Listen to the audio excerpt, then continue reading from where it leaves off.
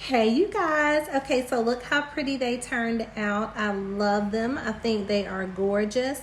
I love how they have like the white dot tabs on them to make them stand out and just have these really pretty details. So these are my faux turquoise earrings made out of caulk. I think they're just fabulous, right? So that's what the backs look like. You can put some Mod Podge back there if you want to. And this time I decided to use a different earring finding. So when I was looking for my jump rings, I actually found these hoop earring findings that I got a long time ago. I either got them from Michaels or AC Moore. I've had a bunch of them for quite a while. So this is how they're gonna look. So when you open them up, how cool is this? They literally just go right through the earring. So when they hang, they're gonna hang this way. Really pretty, super simple to put together.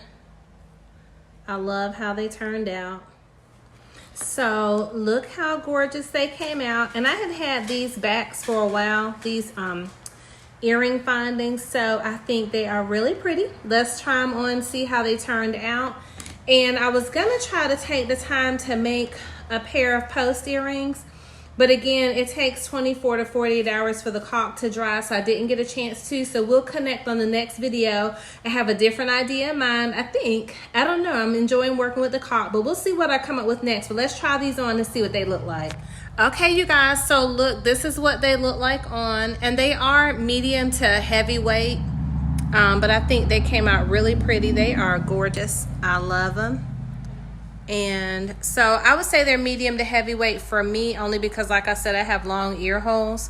So let's go over to the light so you can see them better. Let me find a better light, a better lit place in my home. Let's see. Oh, there we go. That's good lighting.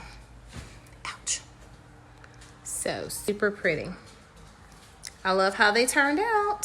So let's see what else we're going to make and get into. Love you guys. God bless you. Bye.